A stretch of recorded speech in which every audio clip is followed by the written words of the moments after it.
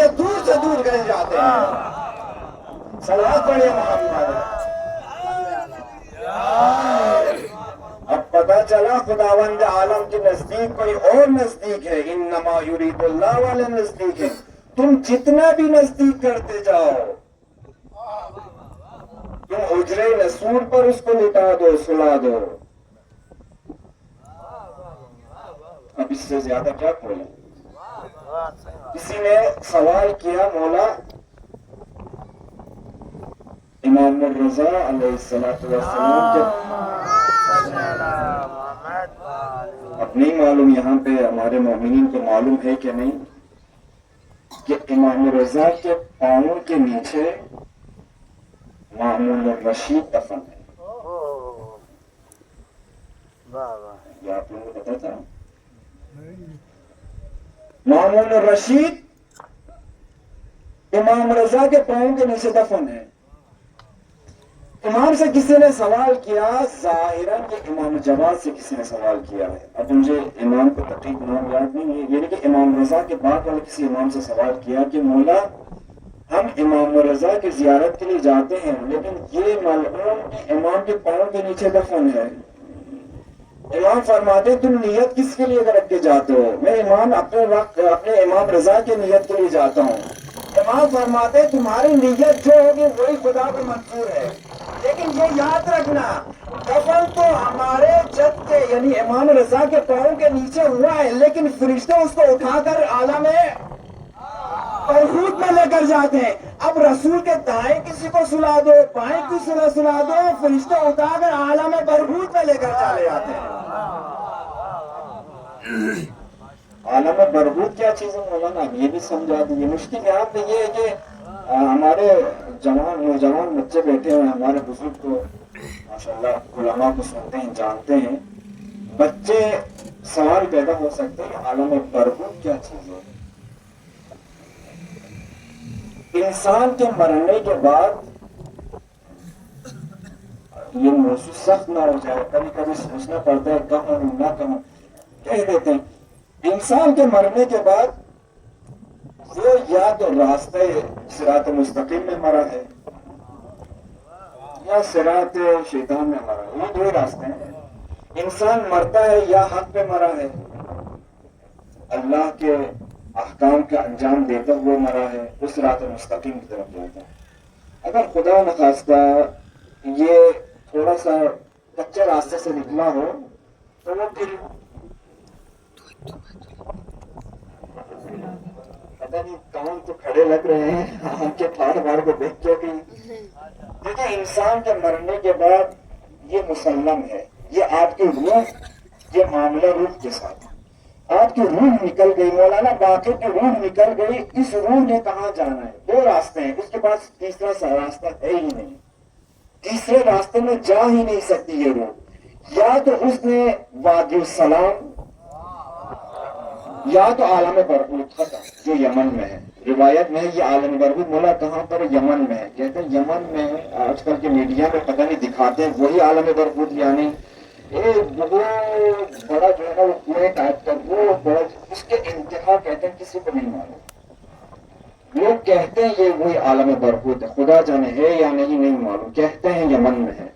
لیکن امام فرماتے ہیں کہ اگر مومن اس دنیا سے جاتا ہے اس کی روح وادی السلام جاتی ہے. یہ وادی السلام اب انشاءاللہ خداوند تعالیٰ آپ کو سب کو نجف کی زیارت نصیب فرمائے. مولا امام علی علیہ السلام خود وادی السلام میں دفن ہے. اس وقت جو دفن ہے نا وادی السلام میں، جو قبریں بنی ہیں 5 لاکھ 6 لاکھ سے زیادہ قبریں ہیں، اور تقریباً کہا جاتا ہے 70,000 انبیاء اسی کے قبرستان کے اندر دفن ہیں. 70,000 انبیاء وادی السلام کے اندر دفن ہیں، لیکن ان کے قبروں کا نہیں معلوم، مگر یہ کہ 3-4 میرے خیال میں 4 نبیوں کے بارے میں معلوم ہے. حضرت ہود، حضرت صالح ایک جگہ پر ہیں، اور حضرت علی علیہ السلام جہاں پر دفن ہے نا سیدھے ہاتھ کی جگہ حضرت علی علیہ السلام جس طرح دفن ہے، اگر قبلے کے رخ آپ سمجھ لیں علی علیہ السلام اس طرف دفن ہے، دائیں سائڈ پہ حضرت آدم دفن ہے، بائیں سائڈ پہ حضرت نوح دفن ہے. یہ 4 انبیاء کے بارے میں مسلم ہے، جانتے ہیں. باقی جو 70,000 انبیاء دفن ہیں ان کی قبر کا پتہ نہیں ہے. لیکن خلاصہ بات یہ ہے کہ انسان چاہے انبیاء ہو، چاہے اچھی روح ہو، مؤمن ہو، اس کی روح نکلنے کے بعد عالم وادی السلام میں.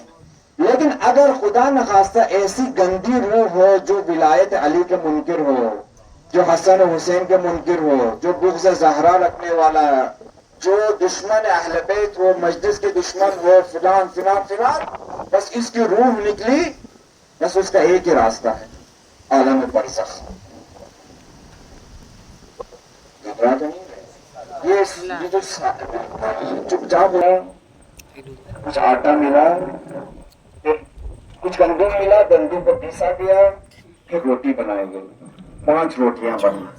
ان کے امیر المومنین اتنا کام کیا کہ 5 روٹیوں کے گندم کو حاصل کیا گیا. حضرت زہرا اس کو پیستی ہے، روٹی بناتی ہے 5. اب افطاری کا ٹائم آیا، گھر میں دستک ہوئی. کون؟ حضرت زہرا نے فرمایا کون ہے؟ کہا کہ میں مسکین ہوں، ہے اللہ کے نام پہ کوئی روٹی دینے والا؟ حضرت زہرا نے اپنی روٹی اٹھا کر دی، امیر المومنین نے بھی دی، حضرت فضہ نے اپنی روٹی دی. جب انہوں نے دیا، حسنین نے بھی روٹی اٹھا کر دے دی. دعا کہ خداوندا انہوں نے مجھے سیر کیا ہے، تو ان پر اپنے رحمتوں کو نازل فرما. بس انہوں نے افطاری میں پانی پی کر گزارا کیا. اگلے دن پھر امیر المومنین گئے، پھر یہودی کے گھر کھیتوں میں کام کیا، پھر وہی 5 روٹیاں بنی. افطار کا ٹائم، دستک دی. کون؟ یتیم.